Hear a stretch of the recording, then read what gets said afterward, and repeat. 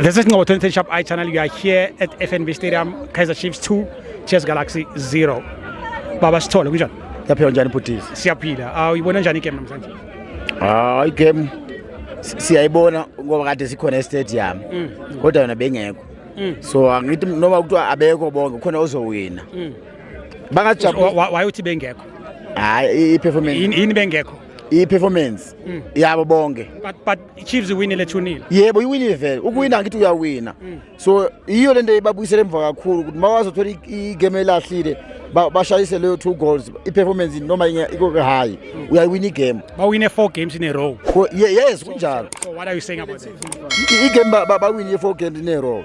But into izowenzeka kubo basheshe bathanda ukuya ku media kakhulu ukuthi sebathatha ileague. Namanje bathi bayasusa ku number 2 namanje. Njoba wine 4 games lesi.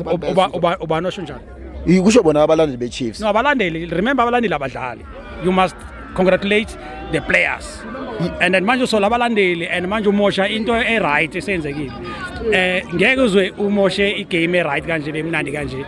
Ne-performance ye-Chiefs ukuthi badlale 4 games in a row bewina and then imoshe because of ibent amalandeli ukuthi manje wena iPirates medlala kahle abalandeli bathi hey ayidlale kahle uzothi hayi vela abadlale kahle. No kunjalo angithi into eyenzeka eBhuti omdala abafana laba ama-player angithi nawo bayangena elokishini labantu bawapressure over ukuthi no already ngoba angithi bona i-mentality yabo abadlala i-league badlala i-Pirates ukuthi basusa i-Pirates hayi ukuthi bafuna ukucompete i-trophy. Ayikho le show.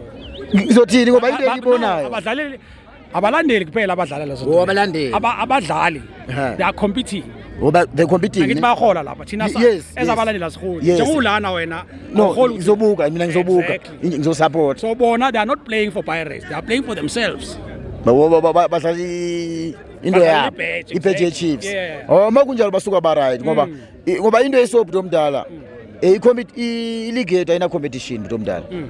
I-league yethu every season iya one side. But now this year you are competing. Yeah, this season at least i-Pirates iyacompete ne-Sundowns ngoba iyi team eloko isemva kwe-Sundowns eloko ipressure ne-Sundowns at least kune-pressure nyana ikhona but ama-season lawa asemuva i-Sundowns i-lead abantu ngawo 17 points first round. So komanje at least i-league yethu ithi ukukhuphula nyana izinga akufani na next season masibuya futhi fanele sifake leyo pressure sikhompete ngoba i-team kumele i-compete i-league i-Pirates ne-Chiefs kakhulu iyo ma-team abalwa kakhulu i-Sundowns ibheke lama team lawa u2 so makulawo ma-team awekho i-Sundowns izoloko ithatha i-league every season so next season nawo abafowethu kumele abakhuphula izinga. The more abafowethu bakhuphula izinga nathi sikhuphula more kusho ukuthi i-competition iba khona eligini. Siyabonga kakhulu futhi asibonge ngosibusise ngibusise nawe njalo yebo injalo.